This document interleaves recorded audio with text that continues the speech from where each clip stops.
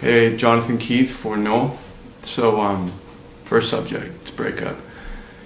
First situation, I was in a relationship back when I was 16. We're in high school. She went to one high school, I went to another high school. You know, she had I had all these friends, and she had all these friends. We both knew each other, each one of our friends mutually. And so she thought I was getting with her friends. They thought I was getting with her friends, and this whole trust thing happened, and we weren't working out. So I sat down and talked to her, said, look, you got to trust each other, because without trust in a relationship, it's empty. It's nothing. So so she's like, okay, let's try and figure this out. So cut a long story short, I found out she cheated on me, which was with one of my friends, which is even pulled me apart. But I'll move on from that for a second. So I found out she did it again. So I'm like, look, we can't do this anymore. You're tearing me up inside. You make me feel empty. You don't make me feel worthless. You make me feel stupid. And I'm none of those things. And so she says, well, the real reason we broke up is because my dad doesn't like you because we're from different cultures, and my brother doesn't like you because of the same situation, and the mom liked me, which I'm like, wait, so you're telling me that the reason you're not loving me or want to be with me is because your family tells you to, because the way I was brought up, you love who you want to love, and you be who you want to be, not because of others tell you, but because of the person you love. And we try to get back with each other again, she broke up with me this time. I was like, well, I guess that's the situation, and if you don't want to be with me, then I gotta let it go, and I was trying to get her back, I was trying to figure it out, I was trying to figure out in my head, what is going on, how can I fix this, you mean everything to me. I wanted to marry her, I wanted to, she was like my peanut pod, we do these little goofy things, and even to this day, we hear the songs, oh great, remember her again, your first love never leaves your head. That was one situation, and probably took me about 4 years to move on. It was probably one of the hardest relationships I've ever been through in my life. So I have a second situation where it's a girl I grew up in high school, and she's best friends. We're so close, seeing each other every single day. We'd hang out, go to the movies, with each other, with our friends, our other friends, and everything was mutual, back and forward. And we got to know each other so well, and I was finding out from her friends oh, she likes you, and I was like, oh really, I like her too a lot, and this is back when I was 19, and now I'm 24, and I moved away, and I told her I had to go to Milan, and I had to do a bunch of stuff and go overseas, and just I want to explore the world, and we're still close, but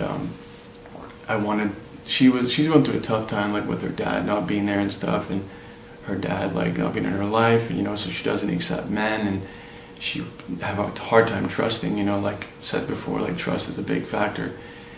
She's adorable, she's everything, and so this one time was her birthday, I think it was her 20th birthday or something, and I found out she had a boyfriend, and I was like, well, why can she not be with me?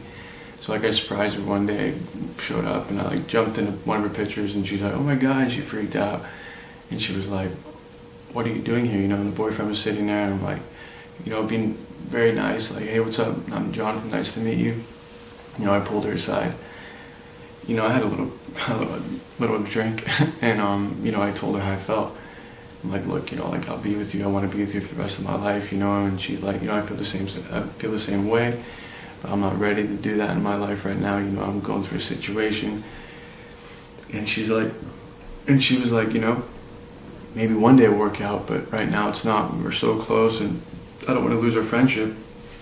So we still talk to this day, but even when I hear the way she talks, she's it's either she's heartbroken or not loved her, and she had some bad breakups, you know, and she lost her virginity like to this guy, and you know, and I wanted to be there for her and like comfort her and love her and like just hold her or whatever, but I could never do that because of like whatever situation she was in. And the way I was taught, like with love and heartbreak, you know, I kind of like immersed it in myself and kind of like try to think how she was thinking and like be in her own shoes. But it just never really worked out.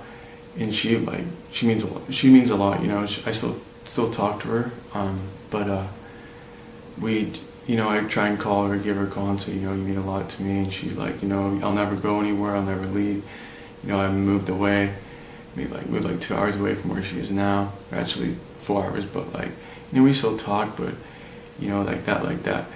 Even though we haven't been together, like she kind of like teased me in a sense, like, and she still broke my heart, you know. And even in the first situation, like I was heartbroken so bad, like I didn't want to be here anymore. Like, you know, it was a bad situation in my life. I was like, you know, like this means nothing. You know, maybe it was me being young and stupid, but we're all young and stupid. We learn from our own life lessons and our situations, and you know, we try and move on, but we can't. And you know, that first relationship always holds on to you, you know, and you always try and let the person go. And people say, you know, well, if you love the person, let them go. And you always try and fix it and fix where you are in your life, but you know, it never really worked out that way. You know, 4 years later, I got over it. I was like, okay, you know, I can now accept it. And so when that next situation moved on, I was like, wow, well, I really got to understand and think how other people are thinking and put myself in their shoes, you know.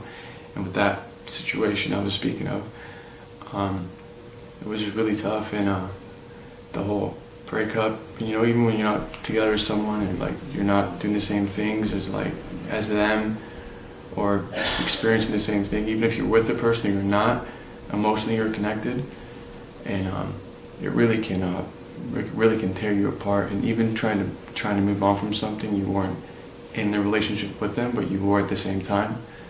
It's a tough thing. And you know, it's a life lesson. It's a really big life lesson. And even to this day, you know, I'm still trying to get out of my head. Like, okay, well, clearly she doesn't want to be with me. You know, you kind of gotta like just leave it alone and just step away from the situation. But you know, it's a mind thing. You know, you kind of gotta like, it's like a pull and tug. You know, if you understand what I'm saying. But yeah. I'm going on a rant right now, I apologize, but yeah, that was a tough time in my life. But now I'm understanding about when someone loves you, you know, they give your all, they want to just love you and love you and love you, but you can only love so much. And when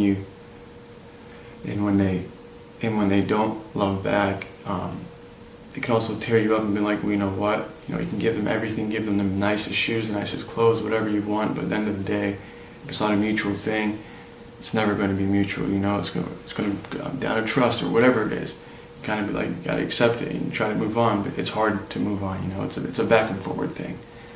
But heartbreak is a tough thing, and there's a lot of people I know that won't even enter a relationship because of their past, and it's all about moving on. And moving on is a hard thing.